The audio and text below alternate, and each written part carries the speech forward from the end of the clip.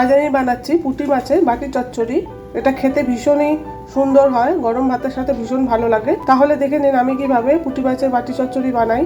আমার এই রেসিপিটি যদি আপনাদের ভালো লেগে থাকে তাহলে প্লিজ সাবস্ক্রাইব করে দেবেন, শেয়ার করে দেবেন, লাইক করে দেবেন, বাড়িতে ট্রাই করবেন, কমেন্ট করে জানাবেন কেমন হয়েছে। পাশে থাকা বেল আইকনটি বাজিয়ে দেবেন যাতে আমি যখনই কোনো নতুন রেসিপি আপলোড করি তা আপনাদের কাছে সহজেই পৌঁছে যায়। আর নতুন বন্ধুদের কাছে সাবস্ক্রাইব করার অনুরোধ রইল। পুঁটি মাছের বাটি চচ্চড়ি বানানোর জন্য আমি এখানে 200 গ্রাম পুঁটি মাছ নিয়ে নিয়েছি। একটা মিডিয়াম সাইজের আলুকে লম্বা লম্বা করে পাতলা পাতলা করে কেটে নিয়েছি।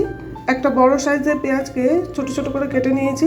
কাঁচা লঙ্কা কয়েকটা, একটা মিডিয়াম সাইজের টমেটোকে ছোট ছোট করে কেটে নিয়েছি।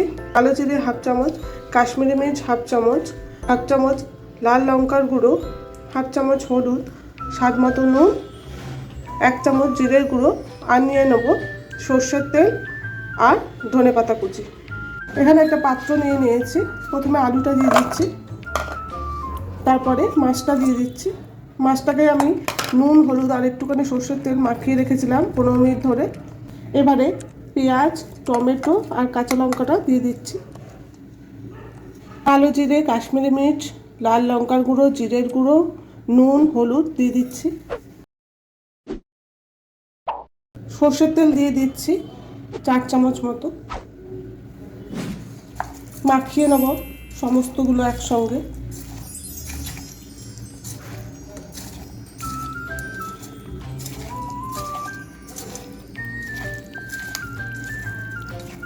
এবার এর মধ্যে পরিমাণ মতো জল দিয়ে দেবো।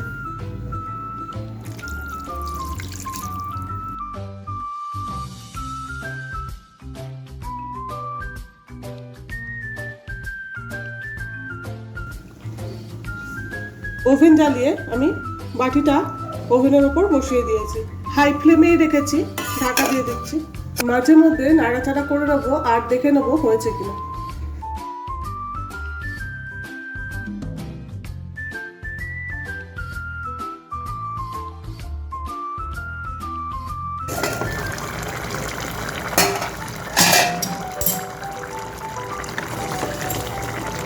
আলুটা খুব ভালো মতো সেদ্ধ হয়ে গেছে। এবার আমি ধনেপাতা কুচিটা দিয়ে দিচ্ছি।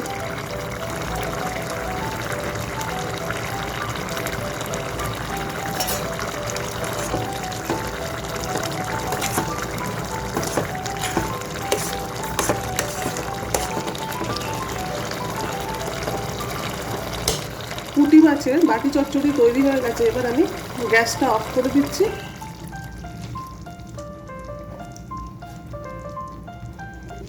নামিয়ে নেব, তারপরে গরম গরম সার্ভ করব।